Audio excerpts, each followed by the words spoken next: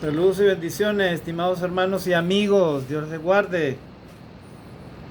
Espero que cuando al momento que recibas este tema bíblico, a esta hora te encuentres bien, de salud, y que Dios permita que todos podamos compartir esta porción de la Escritura en este tema. Como les había prometido la semana pasada, vamos a continuar con la lección que le he titulado La identidad de la iglesia. Esta sería la lección número 2. Habíamos hablado algunos aspectos acerca de este tema, de la identidad de la iglesia, y habíamos hablado de que Dios hace posible que nosotros identifiquemos como cristianos en qué iglesia, en qué lugar nosotros estamos reuniendo, cómo debe ser la iglesia, la forma de adorar. Hablamos de que Cristo estableció la iglesia, no es ningún ser humano estableció la iglesia, sino Jesucristo, ¿verdad? Como le dijo Jesús a Pedro en Mateo 16:18. También hablamos el aspecto de que Jesús predicó allá en Israel, primero a los discípulos, les enseñó, luego les dijo que después de su muerte Él iba a resucitar y que ellos se quedaran ahí hasta que llegara la promesa del poder del Espíritu Santo, para que ellos pudieran entender el propósito de Dios para sus vidas y también para todo el pueblo, ¿verdad? Y que el Evangelio finalmente fuera llevado a las naciones, y así se hizo. Ellos estaban en Jerusalén unos días posteriores a la resurrección de Cristo, cuando Él asciende a los cielos delante de ellos, se aleja, les deja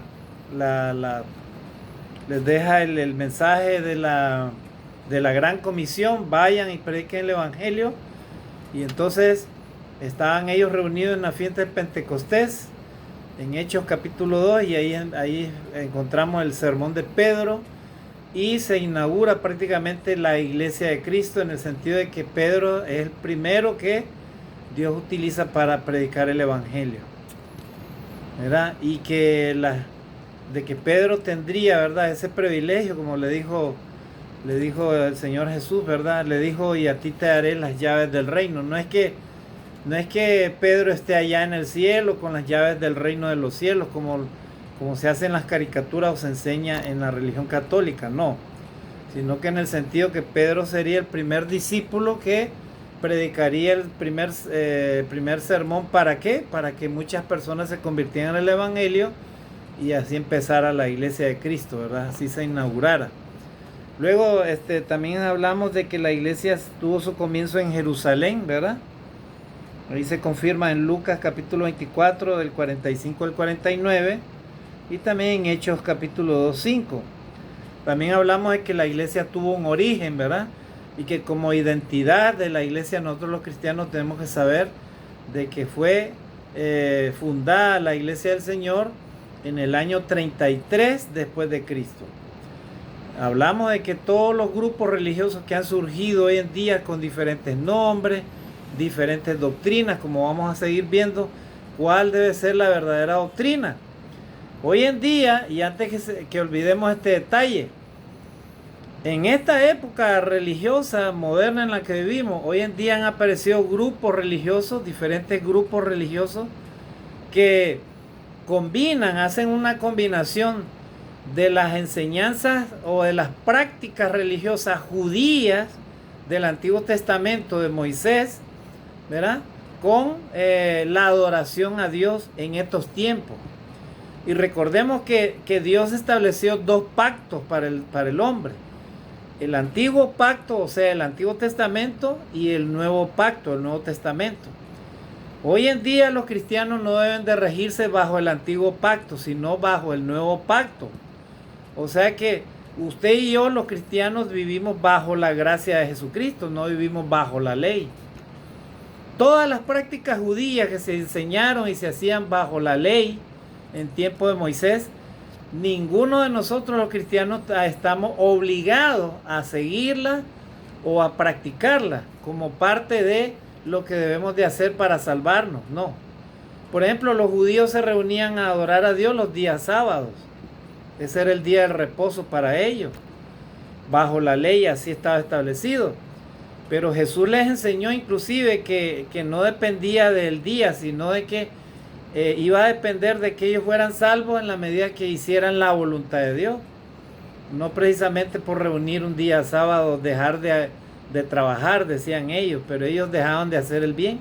Y Jesús los critica a ellos porque Él sanaba, hacía la voluntad de Dios aún en día de reposo. Estos judíos, como eran religiosos, lo atacaban a Jesús de esa manera, ¿verdad? Que Jesús no respetaba el día sábado. En realidad Jesús es el Señor del día de reposo, porque Él respetó la ley, o sea, Él sí obedeció a Dios en todo momento, amó a Dios y amaba al prójimo como a sí mismo. Mientras que los judíos, los fariseos inclusive, utilizaban mucho la hipocresía, ¿verdad? Ellos no adoraban a Dios como Dios esperaba que lo adoraran. Y así sucesivamente, ¿verdad? Algunas prácticas religiosas, por ejemplo, en Hechos de los Apóstoles encontramos que Pedro, en algún momento cuando llegaban los judíos, él hacía las cosas o hablaba como que creía en la religión judía. Y cuando los demás discípulos se iban, entonces él seguía reunido con ellos. Y cuando ellos venían, él dejaba de hacer las cosas de los judíos. Entonces Pablo lo exhorta, ¿no? Que deje de ser hipócrita. O sea que los cristianos, los judíos que se convertían al cristianismo, dejaban las prácticas judías. O sea, todas esas cosas que se hacían bajo el Antiguo Testamento, ellos las dejaban de practicar. Por ejemplo, dejaban de guardar el día sábado. Ellos reunían cada primer día de la semana, como lo vamos a ver el texto bíblico. Y también, hermanos, ellos ya no daban, ellos no daban diezmo, ellos ofrendaban. Y hoy en día diversos grupos religiosos utilizan esta figura del diezmo para obtener dinero, ganancias, ¿verdad?, de los fieles. Y así sostienen por ejemplo, a algunos pastores y también los gastos de los lugares donde ellos reúnen. Sin embargo, hermanos, no es lo correcto.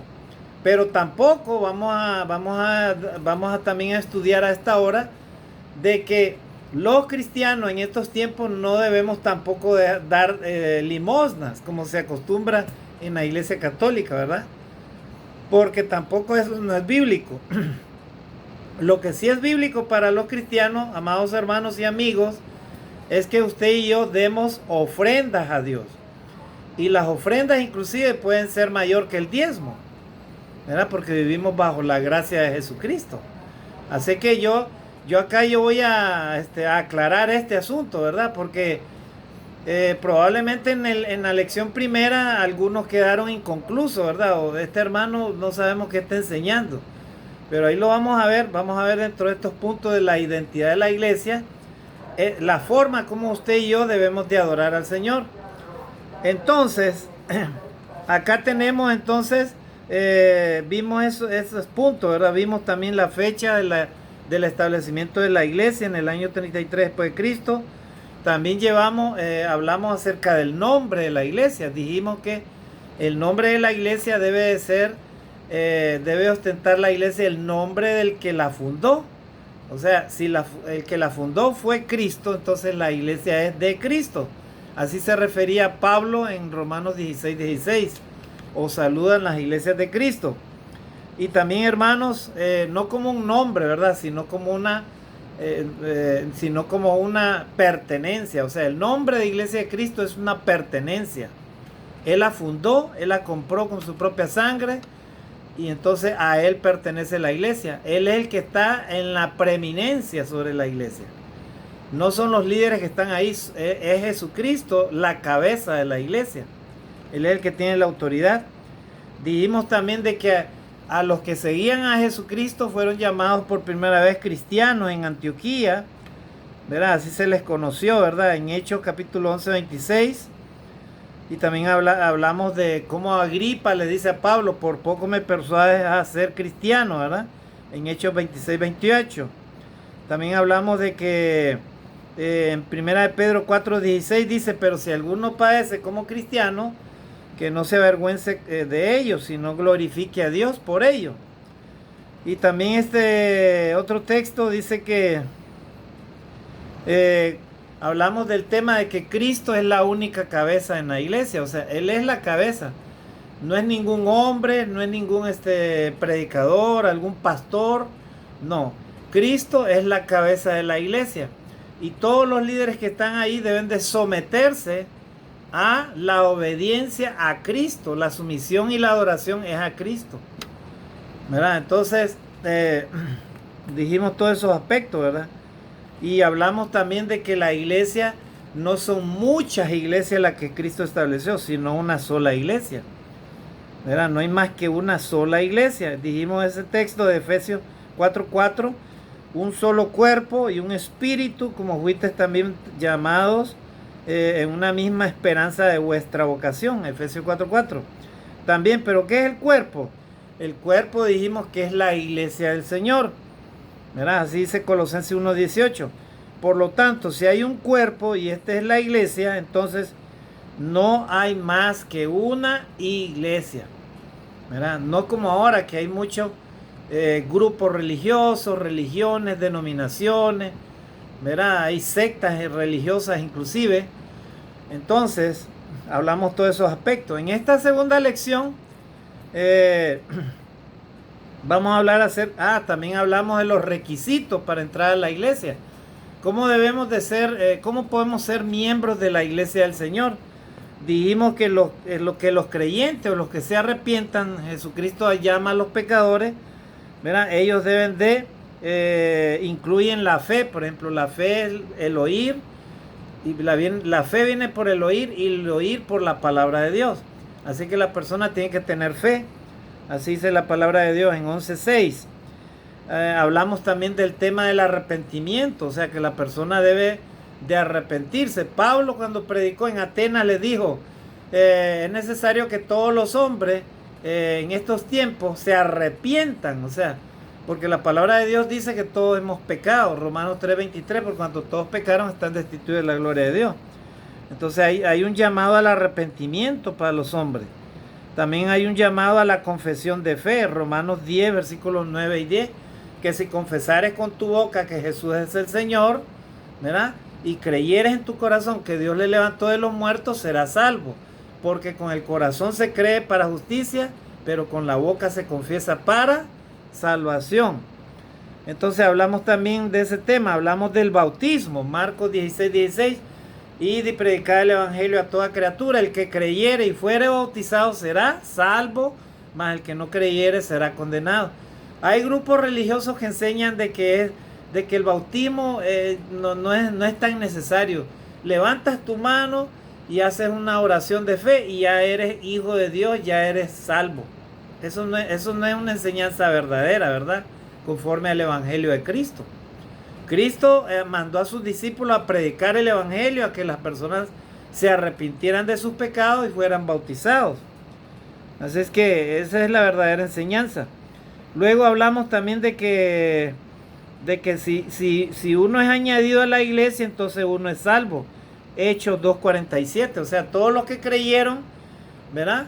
Fueron añadidos a la iglesia, o sea, toda aquella persona que obedece a Cristo, cree en Jesucristo como el Señor y Salvador, acepta reconciliarse con Dios, arrepintiéndose de sus pecados ante Dios, se bautiza, ¿verdad? Y cree en el Señor Jesucristo por fe en Dios, entonces esa persona es añadida a la iglesia y en ese momento recibe la promesa de salvación. Y luego tiene que perseverar, ¿verdad? O sea, tiene que dedicarse a ser obediente a Dios. Hablamos también de ese aspecto, hablamos también lo que dice Romanos capítulo 6:3, 4, Gálatas 3:26-27, 1 Corintios 12:13, que estos textos nos enseñan que a uno se le bautiza para estar en Cristo y con la familia. Por medio de la obediencia a estos mandamientos se dice que uno nace dentro del reino de Dios. Juan capítulo 3, versículo del 3 al 5. Cuando Jesús le habló a Nicodemo, ¿verdad? Tienes que nacer del agua y del espíritu. O sea, nacer del agua significa que te bautices, ¿verdad? que te laves tus pecados, ¿verdad? Invocando el nombre del Señor y nazcas del Espíritu. O sea, que Dios derrame el Espíritu Santo en ti. ¿Para qué? Para que en el momento del bautismo, por fe, tú recibas, ¿verdad?, el ser de Dios en tu vida y de esa manera ya puedas discernir entre lo bueno y lo malo. De tal manera que como cristiano solamente procures hacer lo bueno delante de Dios, alejándote cada día del pecado y del mal, dejando de hacer obras malas y procurando hacer lo bueno. Dimos todos esos requisitos en la primera lección. Estoy haciendo una recapitulación. Ahora vamos a este aspecto acerca de lo que es la identidad de la iglesia, la adoración dentro de la iglesia. ¿Cómo debe ser la adoración, estimados hermanos y amigos? Los cristianos se reunían el primer día de la semana. Hechos 27, así dice la palabra de Dios. ¿Verdad? Hechos 27, dice: el primer día de la semana reunió los discípulos para partir el pan. Pablo les enseñaba,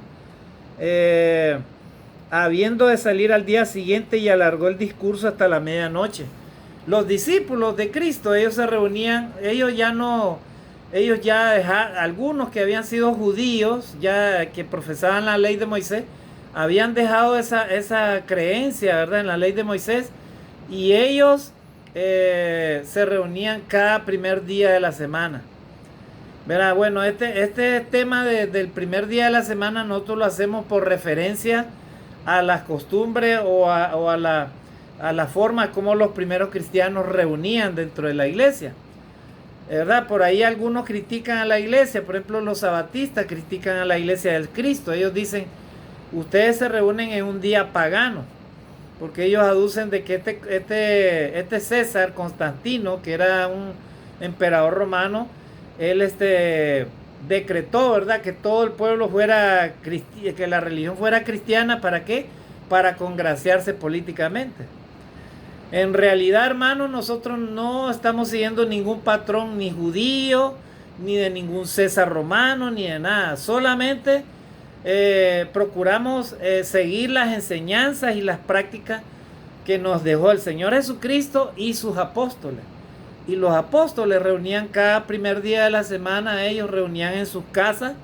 Ellos no tenían un edificio así como la sinagoga, ¿no?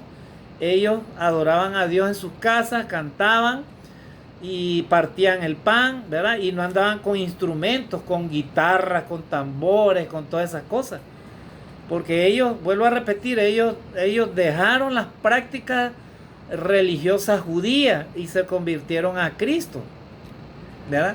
No imaginamos a un apóstol Pablo en la cárcel y a Pedro cantando a Dios, porque ellos cantaban a Dios aún en la cárcel y con una flauta ellos ahí cantando a Dios. ¿Verdad? Hoy en día, hermanos, se ha tergiversado la forma como se adora a Dios. Y esto también lo vamos a aclarar, ¿verdad? Porque hay textos bíblicos que hablan de eso. ¿Verdad? Dice la palabra de Dios, la adoración dentro de la iglesia es peculiar. Los cristianos se reunían el primer día de la semana, ya lo leímos, Hechos 27. También dice, ellos cantaban a Dios, Efesios 5:19. ¿Por qué debemos de cantar a Dios, hermano? Debemos de cantar porque hay que agradecerle a Dios por sus bendiciones, su misericordia, ¿verdad? Entonces por eso debemos de cantar a Dios, Efesios 5:19. ¿Cómo lo debemos de hacer? ¿Cómo lo debemos de hacer? Efesios 5:19 dice, hablando entre vosotros con salmos, con himnos y cánticos espirituales, cantando y alabando al Señor en vuestros corazones. Hoy en día, hermanos, ya las alabanzas a Dios, los cantos a Dios, que aparentemente son cristianos, parece una cosa de show ahora, mediático, de música. Por ejemplo, hoy en día hay salsas cristianas que le llaman, pero si usted oye esa música se oye como cualquier salsa del mundo, o sea, como cualquier género musical del mundo. Y la adoración a Dios no debe de ser, hermanos, con instrumentos, sino sin instrumento musical. ¿Por qué? Porque los cristianos, ellos cantaban a Dios de esa manera. Los judíos, vuelvo a repetir, ellos, como David en el Antiguo Testamento, ¿verdad? En el Salmo 51, ellos adoraban a Dios con instrumentos.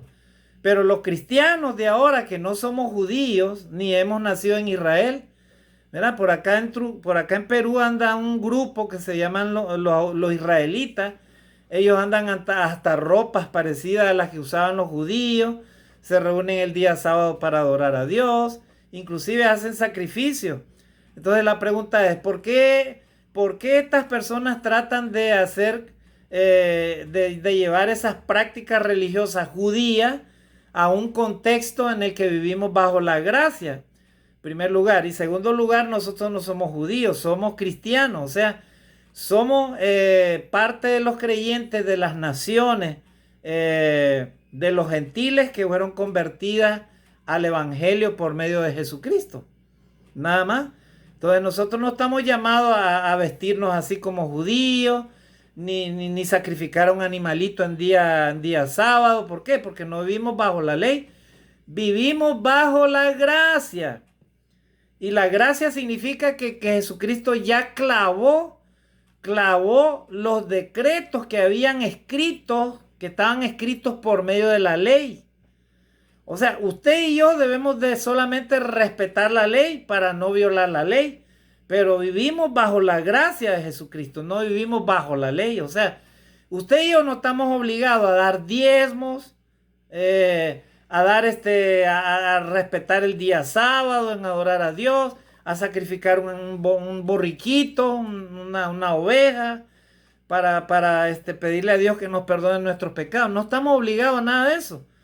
Porque en todo caso, si usted quiere hacer esas cosas, tendría que cumplir todo lo que la ley decía.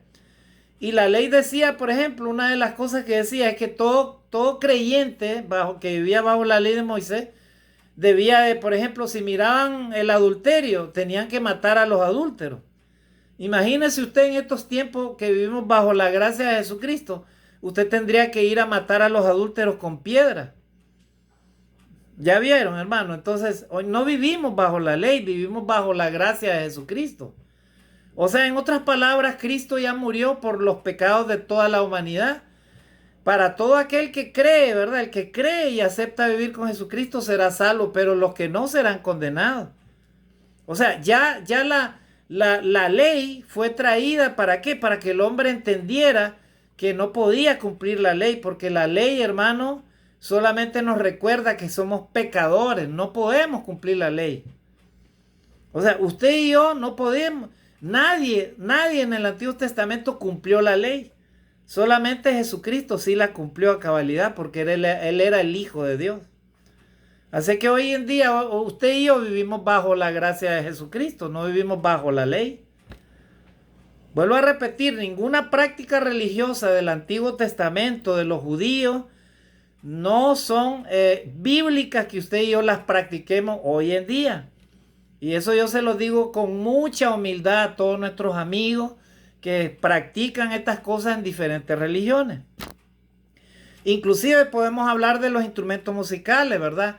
¿Cuándo surgieron los instrumentos musicales? Cuando alguien, después de que la iglesia de Cristo que estaba en Roma empezó a practicar cosas que la Biblia no decía o que los discípulos no enseñaban. Por ejemplo, ellos comenzaron a introducir presbíteros, luego empezaron a introducir obispos, y ahí empezó, hermano, la apostasía de la iglesia. O sea que la iglesia de Cristo llegó a convertirse con el tiempo, ¿verdad? En lo que le llaman hoy en día esta religión grande que se autollama Iglesia Católica, Apostólica y Romana, ¿verdad? Y eso tuvo un proceso, hermano. Inclusive en los primeros años de la vida cristiana, los cristianos, ellos trataron, hermanos, de adorar a Dios de manera humilde. Y la adoración debe ser, hermano, en espíritu y en verdad. Usted a veces escucha esas adoraciones en algunos grupos y esos parecen shows musicales, hermano. Y disculpe que yo le diga esto, pero yo no estoy juzgando a nadie, estoy hablando la verdad. Debemos los cristianos, hermanos, retomar y respetar, hermanos, las enseñanzas y las prácticas y la vida tan sencilla de nuestros primeros hermanos cristianos en el primer siglo, hermanos. Ellos, vuelvo a repetir, ellos no hacían nada de las prácticas judías. Ellos solamente adoraban a Dios de forma sencilla, en espíritu y en verdad. ¿Y cómo cantaban ellos? Ellos cantaban con las voces, simplemente a capela ellos cantaban. Y así es como la iglesia de Cristo adora a Dios. Nosotros no utilizamos instrumentos musicales porque no necesitamos ninguna otra cosa para adorar a Dios más que nuestras voces. Y debemos de hacerlo en espíritu y en verdad. En esos grupos religiosos ya aparecen shows mediáticos de música. Una bulla por aquí, por allá, inclusive hasta en las oraciones. El canto, la adoración debe hacerse, hermano, en orden, con respeto a Dios y reverencia. Debe hacerse como Dios manda, hermano. No para que alguien, ¿verdad? Algún hermano que se autollame hermano ahí, ¿verdad? Vaya ¿cómo que le llaman? Vaya a engrandecerse o a enseñar de que puede tocar el piano, o puede tocar la guitarra, o puede tocar el tambor y todo eso, hermano. Debemos de retomar, hermano, vuelvo a repetir, las prácticas tan sencillas de los primeros cristianos, que ellos utilizaban, hermano, solamente sus voces a capela para adorar al Señor. Así adoraban a Dios. Entonces estamos hablando de la oración, hermano. Ellos, ¿cómo oraban? Para orar, Hechos 2:42, a ver. Hechos 2:42, ¿cómo ellos oraban, hermano? A ver. Hechos 2:42. Hechos 2:42, dice ahí la palabra de Dios. Entonces, dice, y perseveraban en la doctrina de los apóstoles, en la comunión unos con otros, en el partimiento de pan y en las oraciones. Las oraciones, hermanos, se hacían de acuerdo, ¿verdad? A lo que estaba establecido. Pablo, inclusive en las epístolas, habla de cómo debe ser en la adoración a Dios las oraciones. Habla de que la mujer, por ejemplo, no debe de tomar la voz, ¿verdad? Por ejemplo, la mujer no debe predicar, hermano. Debe predicar, ¿verdad? Cuando las damas se reúnen entre ellas. Pero cuando hay varones, hermano, una dama no puede predicar ahí enfrente, no puede, hermano. Deben ser varones, ¿verdad? Porque así lo dice Pablo. Pablo hasta da algunas directrices. Y algunos me dirán, entonces, hermano, ustedes son machistas, porque no permiten a las damas predicar. Claro que sí predican las damas, pero no lo hacen, hermano, vuelvo a repetir, en la adoración a Dios. En un culto de adoración a Dios, si hay varones, los varones son los que tienen que ser los encargados de predicar y de enseñar. Hay cultos de damas donde se reúnen las damas, entonces entre ellas pueden estudiar la palabra de Dios, las damas que están más preparadas que otras, ¿verdad? Y entonces, así, o sea, las cosas, hermano, tienen un orden, ¿verdad? Por ejemplo, en las oraciones no se debe hacer esa bulla. Uno ora de una manera, otro de otra manera, el otro de otra manera. Eso huele a confusión, hermano. No es la oración así. La oración se hace, un varón dirige la oración y los demás están orando a Dios en silencio. O pueden seguir esa oración o pueden hacer otra oración, pero en silencio. Pero no ese tumulto, ese desorden que se oye en algunos grupos religiosos, hermano. Eso no lo hacían los cristianos. La adoración debe ser, y la oración debe ser en espíritu y en verdad, con orden y decencia. Porque Dios, dice la palabra de Dios, no es un Dios de confusión, hermano, sino nos ha llamado a paz y nos ha llamado, hermano, a la luz. Debe de ser algo, hermano, que sea claro delante de la presencia de Dios. Entonces, hermanos, hoy en día, ¿verdad? Hay una tergiversación de la forma de adorar a Dios, hermano. ¿Verdad? Vuelvo a repetir, los cristianos, primeros cristianos del primer siglo, ellos adoraban a Dios en espíritu y en verdad por medio de las voces. O sea, ellos solamente cantaban a Dios a capela, nada más. ¿Cuándo fueron introducidos los instrumentos musicales? ¿Y dónde fueron introducidos? En la iglesia católica. De repente un día en el culto, en la misa, llegó alguien con un piano y comenzó a tocar el piano. Y ahí se empezó y fue un motivo de controversia eso, hermano, porque Siempre, hermano, la adoración con instrumentos musicales ha traído eso, ¿verdad? Inclusive hay grupos religiosos que tocan con instrumentos musicales y llegan los hermanitos ahí a adorar a Dios y eso parece un show musical, o sea, ellos se jactan y todo, cantando y todo, y hasta reciben dinero ellos por cantar, ¿verdad? Es cierto que es un trabajo adorar a Dios, pero recordemos, hermano, que Dios no permite hacer mercado de las cosas de Él, mucho menos de su iglesia o de su reino, hermano. Recordemos que Jesús sacó a los mercaderes que estaban ahí en el templo, los arrojó con todo y sus mesas. Mi casa es la casa de oración, les dijo el Señor, la casa de mi Padre. Y vosotros la habéis convertido en cueva de ladrones. Y los expulsó a toditos con sus mesas y con sus monedas, hermano. ¿Ya? Entonces, meditemos en esas cosas, amados hermanos, para que donde usted adore a Dios, debe de ser un lugar en donde usted entienda lo que se habla, lo que se adora, cómo se canta, cómo se ora a Dios, ¿verdad? Y para que aquello sea, hermano, un culto que verdaderamente reciba a Dios y agrade a Dios. No de la forma como nos han enseñado o a nosotros los humanos nos guste, no, sino de la forma posible que Dios reciba esa adoración. Entonces, ellos también, los cristianos, se reunían, además de para cantar, ellos se reunían para orar, se reunían también para estudiar la palabra de Dios. ¿Verdad? Así dice 2 de Timoteo 2:15. ¿Verdad? Toda la escritura es útil, ¿verdad? Para redarguir, para enseñar, para que el hombre de Dios sea esté perfectamente preparado para toda buena obra. Así dice la escritura en 2 de Timoteo 2:15. Para participar también de la cena del Señor. Hechos 27. ¿Para qué ellos reunían? Para participar de la cena del Señor. ¿Cuándo lo hacían? Cada primer día de la semana. Verá, hoy en día hay algunos grupos religiosos que no participan de estas cosas.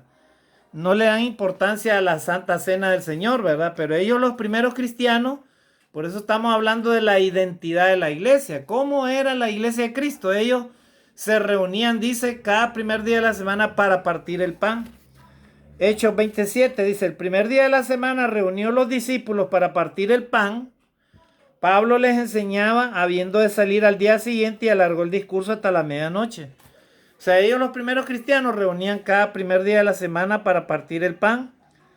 También para estudiar la palabra de Dios, como lo dijimos. Y también, hermanos, para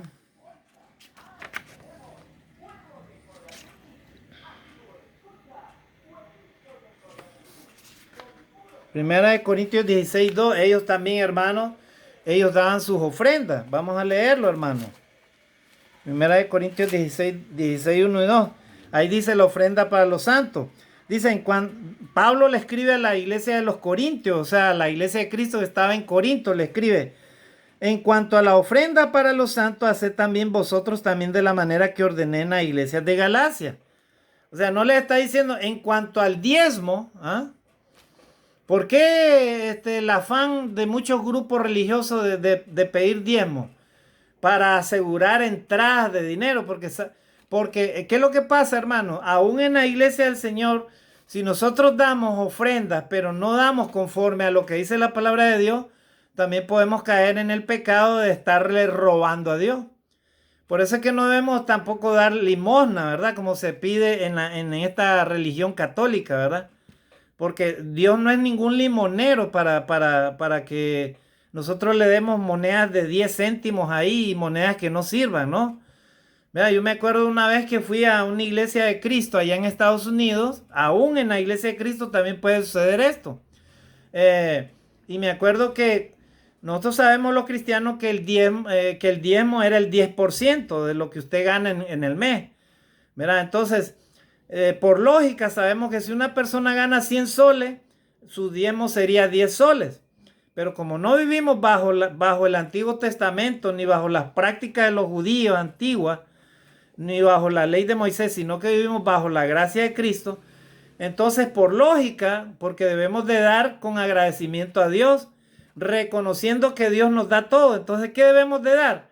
debemos de dar más de 10 soles. O sea, en otras palabras, una verdadera ofrenda. Entonces, yo me acuerdo que una vez en Estados Unidos sucedió eso. Algunas personas daban solamente billetes de la más baja denominación, en este caso billetes de $10. Entonces el hermano una vez platicando conmigo, mire hermano, miren las ofrendas de los latinos, mire hermano, me decía. O sea, personas latinas, o sea, personas latinas que van a vivir a Estados Unidos y que son miembros de la iglesia. O sea, así como hacen acá o hacían acá que no le daban la verdadera ofrenda a Dios, así también lo van a hacer allá en Estados Unidos. O sea, en vez de dar billetes de 20 o de 50 o de $100 para dar una verdadera ofrenda a Dios, ellos le daban limosnas a Dios. O sea, prácticamente para salir del paso o para que los demás lo miraran, ellos daban billetitos de $10. ¿Verdad? Entonces, ahí vemos, hermanos, amigos, que podemos caer en ese pecado, ¿verdad? Al igual que los grupos religiosos. Así que miren cómo yo me estoy ampliando para que vayamos entendiendo sobre estos aspectos que son importantes para entender la identidad de la iglesia. Entonces, en 1 Corintios 16, del 1 y 2, ahí Pablo habla a la iglesia de Cristo en Corinto y les dice a los cristianos cómo debe ser la ofrenda. Les dice 16, 1 y 2. En cuanto a la ofrenda para los santos, haced también vosotros de la manera que ordené en las iglesias de Galacia. Cada primer día de la semana, miren, cada primer día de la semana. O sea, el día domingo, dice, cada uno de vosotros ponga aparte algo según haya prosperado, guardándolo para que cuando yo llegue no se recojan entonces ofrendas. Ahí está. O sea, la ofrenda que los cristianos recogían en la iglesia ya no era el diezmo, sino ofrenda. O sea, ellos daban más que el diezmo inclusive. ¿Por qué? Porque hoy en día debemos de dar con agradecimiento a Dios, con liberalidad, o sea, debemos de ser agradecidos con Dios. Entonces, si vivimos bajo la gracia, ya no estamos sometidos a nada. ¿Por qué? Porque Dios así nos da, hermanos, a nosotros los cristianos, ¿verdad? Nos da abundantemente y con gracia. Entonces, así debemos de adorar a Dios. Otro punto que vamos a hablar de la identidad de la iglesia, porque vamos avanzando, ya llevamos 37 minutos. Vamos a hablar de la doctrina de la iglesia. ¿Cuál es la doctrina de la iglesia? La doctrina de la iglesia está únicamente basada en el conocimiento y el estudio de la palabra de Dios, que lo encontramos en la Biblia. No está en libros como el libro de Mormón, estudios escatológicos, así, ¿verdad? O sea, esos estudios escatológicos, si hay hermanos que los estudian, ¿verdad? Y que tienen conocimiento de la Biblia, pero que sean de acuerdo a lo que dice la palabra de Dios y que sean revisados, tal como lo dice la palabra de Dios. Entonces sí, son estudios, ¿verdad? Que se pueden apoyar, ¿verdad? Pero todo debe estar basado en la Escritura. Esa es la única doctrina de la iglesia. Debe ser basada únicamente en la Biblia. No en la enseñanza de hombres, no en los criterios de hombres, no en los deseos de los hombres, no en la forma de enseñar de los hombres, no, sino en lo que dice la Biblia. Y lastimosamente por eso es que hay esos grupos religiosos, ¿verdad?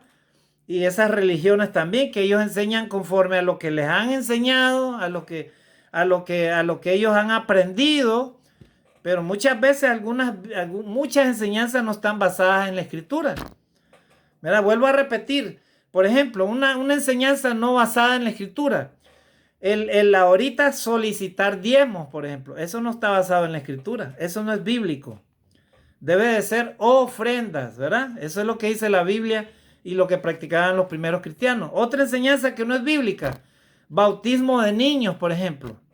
Eso lo hacen en la Iglesia Católica. Los niños no necesitan bautizarse, son los pecadores, los adultos.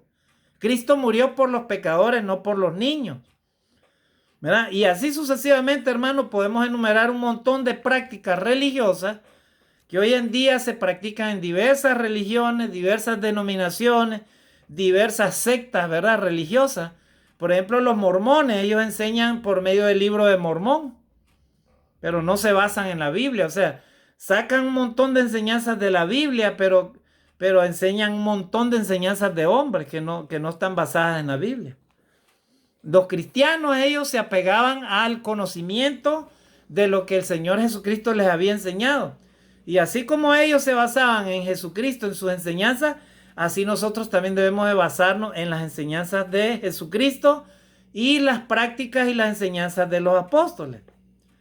Ahora, otro tema les voy a hablar antes que se termine parece que vamos a tener que hacer la tercera lección, ¿verdad?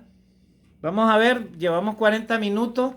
Parece que sí, vamos a tener que hacer una tercera lección, lastimosamente. Y en esto no me quiero olvidar este detalle. Hermanos, amigos, usted y yo debemos de basar, ¿verdad?, las enseñanzas en base a la Biblia. Dice, se acepta sin añadir, o sea, las enseñanzas de la Biblia deben de hacerse sin añadirle, ni tampoco quitarle, ni sustituirle. Apocalipsis 22, 18 y 19, o sea, ahí dice, todo aquel que le quite, le será quitado del libro de la vida, y todo aquel que le agregue, será añadida las plagas que están escritas en el libro. O sea, usted y yo, si queremos agradar a Dios, no debemos ni de quitarle, ni de ponerle. Debemos de hablar lo que la Biblia habla y callar lo que la Biblia calla, ¿verdad? La Biblia es el único credo en la iglesia. Los libros o credos adicionales son rechazados. O sea, no deben de ser motivo, ¿verdad?, de una enseñanza, ni mucho menos de una obediencia. Usted y yo nos sometemos únicamente a lo que dice la Biblia. Y vamos a terminar acá, vamos a ir terminando. La organización de la iglesia debe de seguir el plan de Dios. Cristo es la cabeza de la iglesia, ya dijimos en Efesios 5:23, y cada congregación ha de tener sus propios ancianos y diáconos. Primera de Timoteo 3, Tito 1. La iglesia del Señor no tiene ni cabeza ni sede en la tierra, y tampoco tiene organizaciones humanas internacionales ni nacionales, ¿verdad? O sea, la iglesia de Cristo nace en un lugar y luego esa iglesia predican los hermanos ahí y luego van a otro lugar. Entonces nosotros no tenemos una sede central, como le llaman, ¿verdad? La iglesia de Cristo, hermano, tiene esa organización, o sea, debe de seguir el plan de Dios, y el plan de Dios es que el evangelio sea predicado en todas las naciones. Esto no es un negocio. Usted predica el evangelio por amor a Dios. Usted predica el evangelio por amor a las almas perdidas, porque usted ama a su prójimo, ama a Dios, usted agradece a Dios por lo que Dios le ha dado. Cada creyente hace eso, hermano. Los cristianos hacen eso, ¿verdad? Hay de aquellos pastores, aquellos hombres, ¿verdad?, que se enriquecen a costa de la palabra de Dios. Hay de ellos. Ellos serán juzgados según lo que dice la palabra de Dios, ¿verdad? Esos grandes, hoy en día, eso iba a hablar, hermano, antes que se me olvide. Vamos a terminar esta lección acá. El tiempo de los apóstoles, hermanos y amigos, ya terminó, ya fue.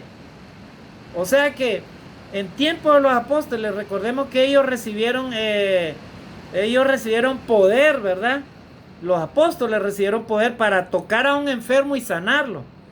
Hoy en día han venido un montón de mentirosos, han aparecido, ¿verdad?, que se autollaman apóstoles o pastores o predicadores, que hacen eso, ¿verdad? Hacen megas reuniones, día de sanación, dicen ellos. Y entonces vamos a entrar al Estadio Nacional, tenemos que llenar el estadio. Entonces la entrada para entrar al estadio no es gratis, tiene usted que pagar 10 soles, un ejemplo.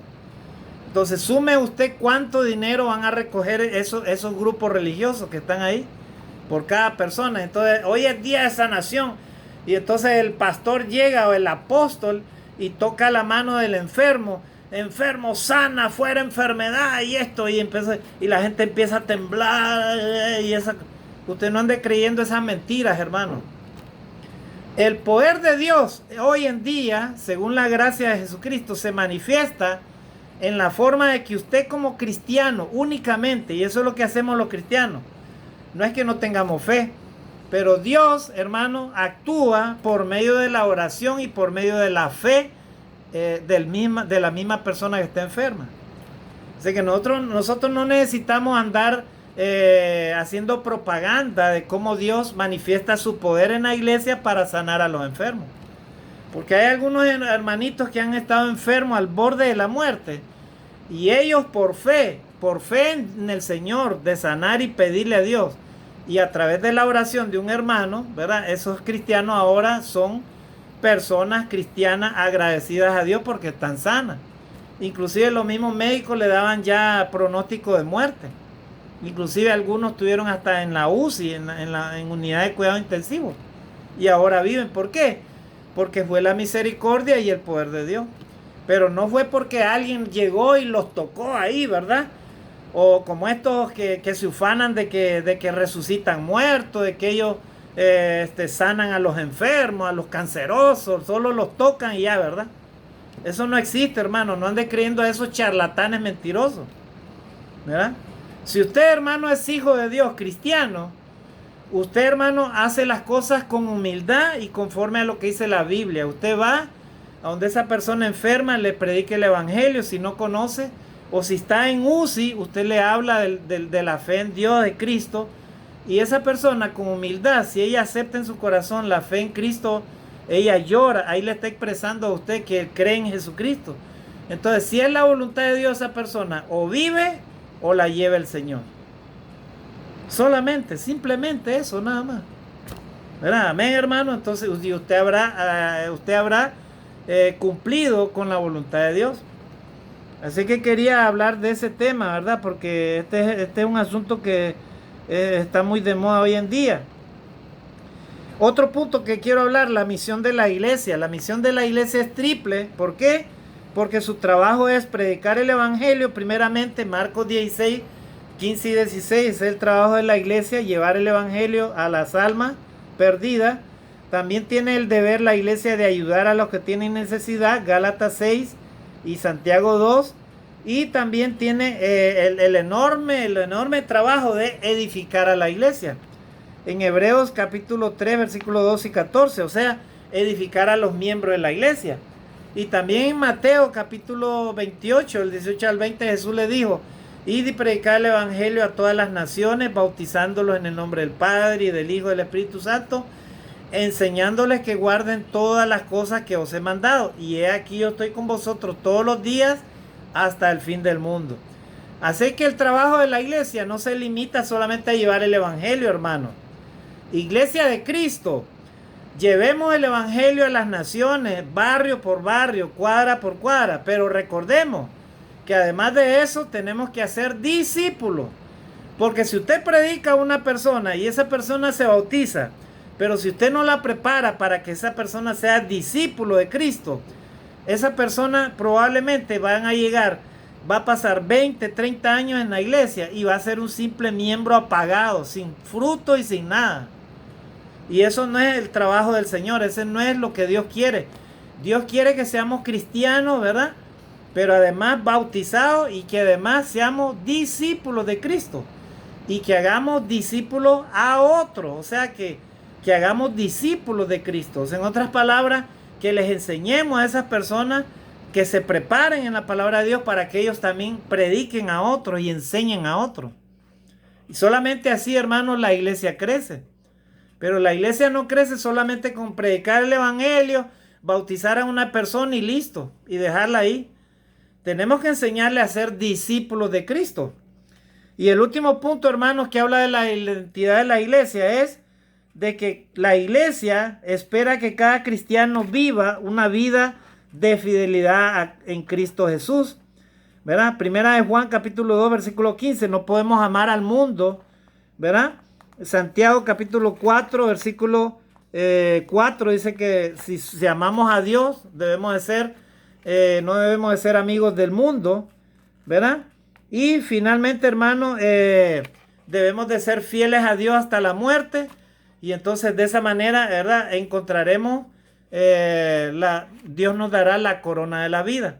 Esa es la vida de la iglesia, esa es la identidad de la iglesia, hermano, que quería compartirte en este día. Dios te guarde y Dios te bendiga. Vamos a terminar acá estas 2 lecciones, ¿verdad? Este tema, la próxima, o si ustedes me escriben o me llaman, podemos hacer otros temas concernientes a seguir conociendo la iglesia del Señor. Que Dios les bendiga. Bendiciones y mis mejores deseos para cada uno de ustedes. Bendiciones.